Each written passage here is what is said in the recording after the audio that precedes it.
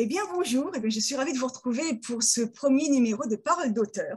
En vérité, après le succès des nuits de la lecture, on s'était dit qu'on allait refaire cette expérience de faire lire les auteurs, leurs livres, leurs propres écrits. Et donc, on est parti sur ce rendez-vous donc mensuel, Paroles d'auteur. Et pour ce premier rendez-vous, on va partir dans le monde de l'amour, puisque c'est Paroles d'amour aujourd'hui.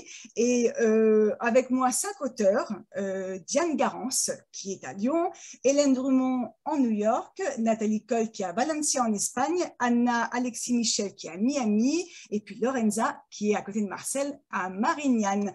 Donc, je vous propose de fermer les yeux ou de regarder les auteurs et de voyager une petite dizaine de minutes avec nous aujourd'hui. On commence avec Diane, direction Lyon. Bonsoir.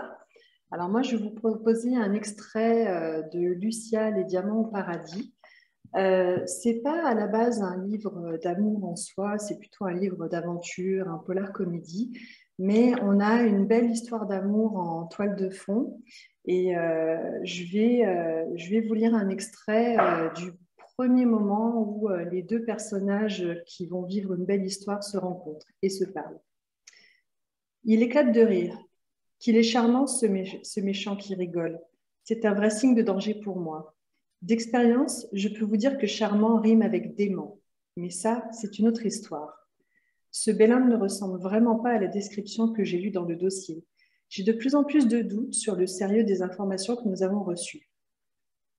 Je t'ai vu descendre la rue et je pensais que tu avais enfin quelque chose pour moi, admet-il, la voix douce pour un gangster. J'ai sûrement regardé trop de films sur la mafia. Pour moi, un malfrat italien est forcément sanguinaire, nerveux et brutal. Je sais que c'est pas beau de caricaturer et de mettre tout le monde dans le même panier. Dans l'immédiat, le suspect numéro 1 de l'enlèvement de Jeanne me demande de lui donner quelque chose dont j'ignore tout. Peut-être, j'ose répondre. Pourquoi la petite voix de Lucia dans ma tête vient-elle de me dire que je suis encore plus dingue que lui ? Je fais la fière, mais j'ai la trouille. C'est une bonne nouvelle. Nous allons enfin pouvoir passer à l'étape suivante, poursuit-il. Ou pas, je rétorque sans réfléchir. Il va me buter si je continue. Ce n'est pas avec les quelques mouvements de caractère que Mathieu m'a montré que je vais m'en sortir. Tu es très spontané, j'aime ça, avoue-t-il, le rire jusqu'aux oreilles. Au secours, code rouge, le méchant m'aime bien. C'est le pire cas de figure qui pouvait m'arriver. Je n'ai pas oublié que je suis seule à Krabi et que je n'ai même pas un petit flingue histoire de le tenir à distance. Si quelqu'un pouvait me faire livrer un pistolet à la pizzeria, ce serait super. Et rose de préférence. Merci. Cessons de perdre du temps. Tu vas finir ta pizza et retourner à ton hôtel. Je te laisse jusqu'à demain matin pour me dire où tu caches le paquet que Sergueï t'a confié. Et s'il te plaît, soigne ces blessures que tu as sur le visage. Sa voix est douce, mais ferme, comme quoi il est inutile de hurler pour se faire entendre. Sur ces belles paroles, il se lève, me fait une courbette avant de quitter le restaurant. Malheureusement, il a faux sur toute la ligne, car, et d'une, je n'ai plus faim, et de deux, je ne sais pas ce que c'est son paquet. Trouver un plan simple et fiable devient mon unique objectif de cette fin de journée. Note à moi-même, arrêtez de donner des surnoms à tout bout de champ. C'est dangereux. Alors là, je vous ai lu le premier extrait où elle est réticente à l'amour, mais lui, clairement, il est très attiré. Je vais m'arrêter là parce que sinon, j'en dévoilerai trop. Exactement. Merci, Diane. On Merci. part à New York maintenant et on retrouve Hélène.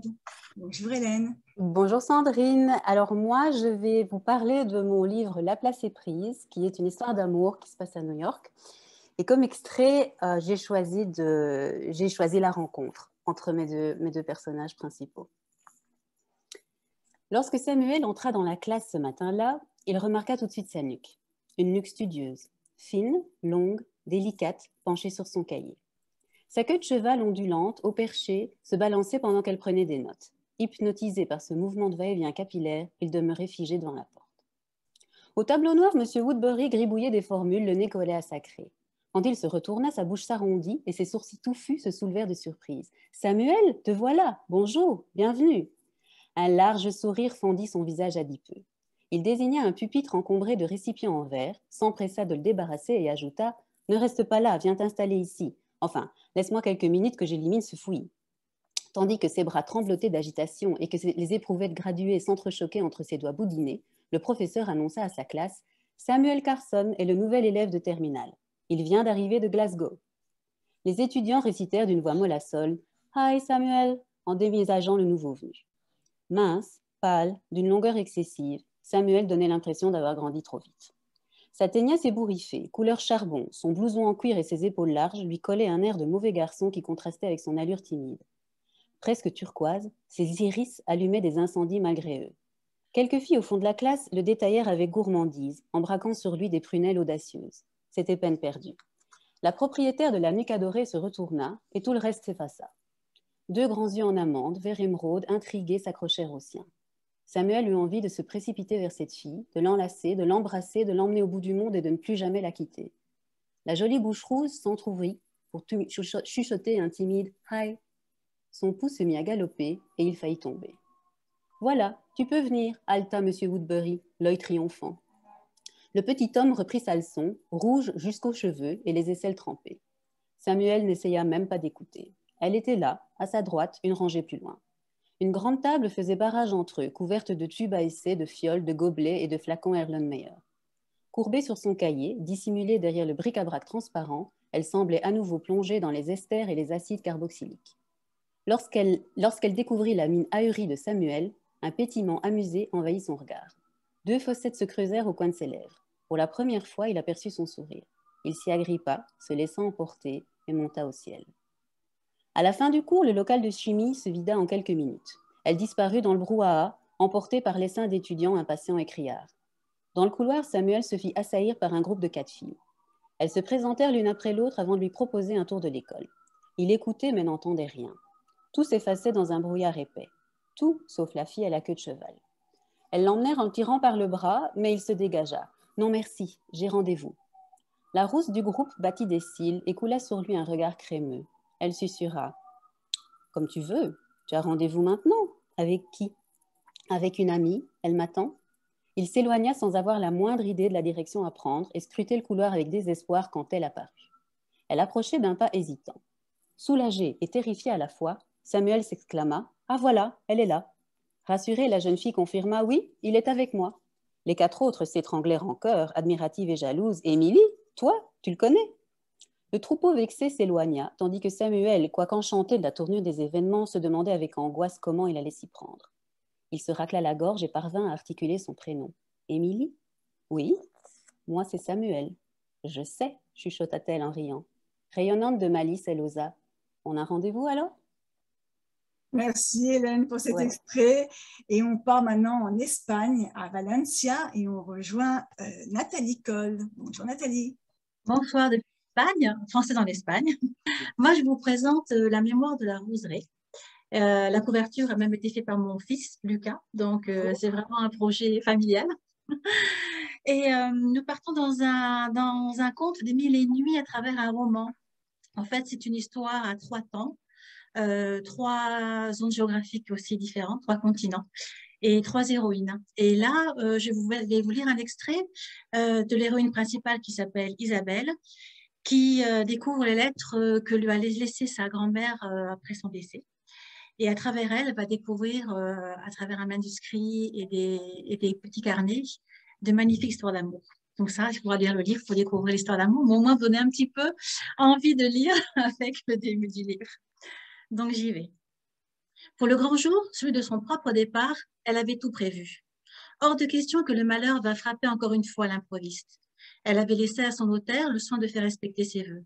Elle avait écrit 2 lettres à l'attention d'Isabelle, l'une pour lui signifier ses décisions et l'autre plus personnelle. C'est ainsi que la jeune femme tenait l'une d'entre elles dans sa main, remise le matin même. Elle la regarda avec insistance. Elle avait déjà lu dans le cabinet notarial, se sentant en sécurité, dans cette ambiance respirant les livres, elle, éditrice en herbe. Elle replaça une mèche de sa flamboyante chevelure auvergne derrière son oreille et la décacheta. Elle ne put s'empêcher de la relire. Ce serait différent en ce lieu familier. Ce serait comme s'il était là, encore une dernière fois, pensa-t-elle. L'écriture fine et penchée reflétait un caractère volontaire. Cela ne la surprit pas. Elle prit sa respiration et commença à déchiffrer les mots qui dansaient sous ses yeux embués de larmes. « Ma chère petite, je sais que ce moment est difficile pour toi. Je te demande de m'en excuser. Je ne pourrai pas être auprès de toi lorsque tu réaliseras ton rêve, éditer des livres et créer ta propre maison d'édition. J'ai toujours été heureuse de ce choix et si fière. Tu connaissais mon goût pour la littérature et cela nous a permis de passer des heures à échanger. Que d'instants de bonheur. Quel privilège ce fut de voir s'animer sous mes yeux la jeune fille que tu es devenue et qui défend les mots, les idées et derrière tout cela, des vies. Tu trouveras dans le secrétaire de ma chambre, dans les tiroirs du haut, quelques carnets de souvenirs et dans celui d'en bas à gauche, un manuscrit. Je les ai écrits tout au long de ma vie. Je te laisse décider de leur sort. Tu découvriras une histoire romancée, certes, mais dont l'essentiel provient de légendes familiales. Nombre de fois, tu m'as demandé de décrire ma jeunesse passée et l'histoire de tes arrière-grands-parents. C'était douloureux pour moi. Et de toute manière, je ne la connaissais pas moi-même. Les gens, quand ils souffrent, ont cette étrange manière de garder pour eux leur tourment, tu le constateras. Ce fut le cas pour ces générations qui ont connu les guerres, les blessures, les pertes, le déshonneur parfois. Je te lis dans ce manuscrit quelques bribes d'un passé ou d'histoires inventées, mais au-delà de cela, j'aimerais que tu y vois des racines, les tiennes aussi, tout simplement. Enfin, dans le tiroir du milieu, quelques économies, pour le jour où tu seras prête à te lancer et à réaliser ton rêve. Prends ton temps. Un rêve, ça ne se sacrifie pas au premier venu ou à la première opportunité. Je te sais courageuse et ambitieuse. Peut-être ai-je manqué un peu des deux pour aller au bout du mien, mais je suis contente de savoir que ces carnets tomberont entre tes mains. Je t'embrasse toutes mes forces et n'oublie pas que je suis toujours à tes côtés. Venise. Au fond de l'enveloppe se trouvait une petite clé qu'elle saisit. Elle l'introduisit très doucement dans la serrure. Isabelle prit tout son temps. Elle savait qu'après, tout serait différent. Elle découvrirait une grand-mère, une femme qu'elle ne reconnaîtrait peut-être pas, et cela la terrifiait et l'exaltait à la fois. Le bruit d'un petit claquement lui indiqua qu'elle allait lever des secrets. Elle dénicha des petits carnets soigneusement rangés par ordre chronologique. Puis, le manuscrit. Une plume, un buvard taché encore humide et un petit pot à encre témoignaient également de la cachottière activité. Elle s'en émut. Pour le reste, il faut... Nathalie. Merci Nathalie. On part sous les cieux floridiens et on rejoint à Miami et derrière son très beau décor, Anna. Bonjour Anna. Bonjour, alors j'ai choisi de vous lire un extrait de mon premier livre. Donc j'en ai pour l'instant écrit 3 qui sont tous disponibles sur Rencontre des auteurs francophones. Donc c'est Le Peignoir aux alouettes qui a aussi une version théâtrale qu'on avait joué au Film Theatre de Miami. Et c'est un livre où il y a beaucoup d'amour, mais est-ce qu'il y a une histoire d'amour? C'est ça la question, puisqu'il y a 4 femmes et un homme. Voilà. Et ici, on va isoler, on va parler, on a une petite scène d'une rencontre justement de l'homme et d'une de ses femmes. Ils avaient parlé un peu par hasard de la Namibie. Elle voulait voir les grands fauves, lui, les grands espaces. Pourquoi ne pas y aller ensemble? Il se vous voyait encore, Folle et lui. Puis un jour, il avait annoncé à la femme chez laquelle il vivait à l'époque, « J'ai besoin d'air ». Il n'avait pas dit « j'ai besoin de changer d'air » et encore moins d'atmosphère. Elle aurait songé à Arletty, à la réplique des Enfants du paradis, et elle aurait compris. Il avait dit « j'ai besoin d'air » et il était parti le prendre ailleurs, comme il l'avait fait avant au Pérou, au Japon ou en Mongolie. Cette fois, c'était en Namibie, mais ça aurait pu être dans n'importe quelle autre réalité, dans n'importe quelle altérité radicale. Il était parti respirer, mais pas tout seul, avec elle. Que ce soit sur la dune du Pila ou au sommet du Machu Picchu, on ne respire pas pareil si on respire à deux. On inspire profondément, on se prend la main, on se regarde, on se sourit. Parfois, il y a des sourires et des faux rires. On joue Shabadabada, on est un homme et une femme, ou 2 hommes ou 2 femmes. Aujourd'hui, tout le monde s'en fout. C'est juste comme au cinéma. Alors, il était parti respirer avec une quasi-inconnue. Ils avaient respiré ensemble, pris leur souffle, ils s'étaient embrassés et avaient fait l'amour avec passion, fougue, feu, 1 semaine. Puis, ils étaient rentrés, chacun chez soi. Et lui, tout grisé qu'il était de ces terres des sommets, avait, laissant une femme qui le gonflait et en respirait d'aise, chargé dans sa voiture son ordinateur, son vélo et tous ses vêtements préférés. ni bibelots, ni meubles. Ceux-là, il ne les transportait jamais. Il restait dans son antre, sa grotte, son repère, sa maison dans la lande. Et sa voiture pleine à craquer, il l'avait garée devant la maison de Faule, le long de son lac, un beau jour d'automne.